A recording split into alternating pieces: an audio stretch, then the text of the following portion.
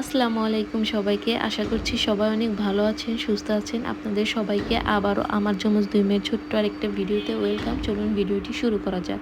তো ওই দিন সন্ধ্যাবেলায় আমরা আমার যমজ ২ মেয়েকে নিয়ে গিয়েছিলাম ঘুরতে। যেহেতু বাসায় থাকতে থাকতে ২টা বাচ্চা ওরা অসুস্থ হয়ে পড়ে, সেজন্য মাঝে মধ্যে ওদেরকে বাইরে ঘুরতে নিয়ে যাই এবং ভিডিওগুলো আপনাদের সাথে শেয়ার করি।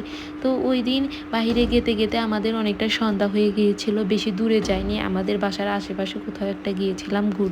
তো দেখেন আশেপাশের দৃশ্যটা কত সুন্দর, যদিও এখন সন্ধ্যা লেগে গেছে। তো ওরা প্রতিদিনের মতোই বাবার গাড়ি পেলে যেরকম করে তো সেই রকম করতেছিল, আর আমি এদিক থেকে ভিডিও করতেছিলাম। তো তারপরে যেহেতু সন্ধ্যা হয়ে গিয়েছে, তারপরে ওখান থেকে আমরা চলে আসলাম, মাঠে থেকে চলে আসলাম। চলে এসে এখানে ওরা তিনজনে খাবার খাইতেছিল, ফ্রেঞ্চ ফ্রাই আর চিকেন ফ্রাই। যেহেতু আমি এগুলো খাই না, তাই আমি এগুলো একদমই খাইনি। আমি আগে খেয়েছি হচ্ছে চটপটি এবং ফুচকা, সেগুলো ভিডিও ক্লিপ নিতে ভুলে গিয়েছি, তাই আপনাদের সাথে ভিডিওটি শেয়ার করতে পারলাম না।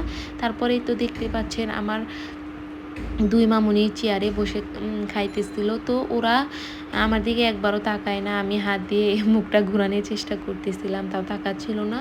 ওরা কিন্তু একটু ফ্রেঞ্চ ফ্রাই খায়নি, শুধু হচ্ছে সস খেয়েছে। ওদের সস অনেক বেশি পছন্দ, এই জন্য ওরা সসটাই বেশি খায়।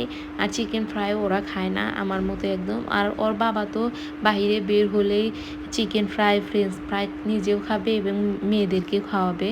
তো আমি এগুলো খুব একটা বেশি পছন্দ করি না। বাইরে বের হলে সাধারণত আমি ফুচকা, চটপটি, চা, কফি এগুলো খাই, কিন্তু ফ্রেঞ্চ ফ্রাই, চিকেন ফ্রাই এগুলো আমি খুব একটা খাই না। কিন্তু আমার মামুনি এগুলা কম বেশি একটু একটু খায়, সসটাই বেশি খায় ওরা। তো তারপরে অনেকক্ষণ ঘোরাঘুরি করলাম, অনেক রাত হলো। আমি বারবার করে বলতেছিলাম যে অনেক রাত হয়েছে, চলো বাসায় চলো, বাসায় চলো। আর বাবা বলে খাওয়া দাওয়া শেষ করে তারপরে আস্তে আস্তে যাই। এদিকে তো আশেপাশের সবাই আমার মামুনিদেরকে তাকায় তাকায় শুধু দেখতেছিল। আর মানে যমজ বাচ্চার প্রতি মানুষের একটু আকর্ষণ বেশি থাকে। ২টা বাচ্চা একই রকম দেখা যায়, same same dress, same same hair clip সব কিছু। এই জন্য সবাই একটু আশেপাশ থেকে তাকায় দেখে আর আমাকে জিজ্ঞাসা করে, আপু একা একা মানুষ করেন, কষ্ট হয় না? কিভাবে মানুষ করেন? ২টা কি একই সাথে ঘুমায়? ২টা কি একই সাথে খাবার খায়? অনেক ধরনের প্রশ্ন থাকে। সবাই খুবই ভালোবাসে। বাইরে বের হলে আমার মামুনিদেরকে সবাই অনেক আদর করে। যদি ছাদে নিয়ে যায় তাহলেও সবাই খুবই ভালোবাসে এবং আদর করে। তো তারপরে ওদের খাওয়া দাওয়া শেষ করে আমি হচ্ছে আমার মেয়েদের জন্য ডালিম কিনে, যেহেতু ওদেরকে ম্যাক্সিমাম ফল খাওয়ানো হয়, ডালিমটা একটু কম খাওয়ানো হয়, ওরা খুব একটা খাইতে চায় না। তাও মাঝে মধ্যে কিনে দিই, যেহেতু ওদের শরীরে রক্তের হিমোগ্লোবিনটা একটু কম আছে, সেহেতু ভালো মন্দ খাওয়ানোটা দরকার। তো খাওয়া দাওয়া শেষে আমরা বাসার উদ্দেশ্যে রওনা দিলাম। তো দেখতেই পাচ্ছেন সবসময় কিন্তু আমি আমার ২ মেয়েকে মাঝখানে বসাই, কিন্তু আজকে ওরা কোনোভাবেই মাঝখানে বসবে না। ওরা হচ্ছে সামনে বসবে, এই জন্য ওদেরকে সামনে বসালাম। আমার তো খুব ভয় লাগছিল যদি সামনে থেকে পড়ে যায়।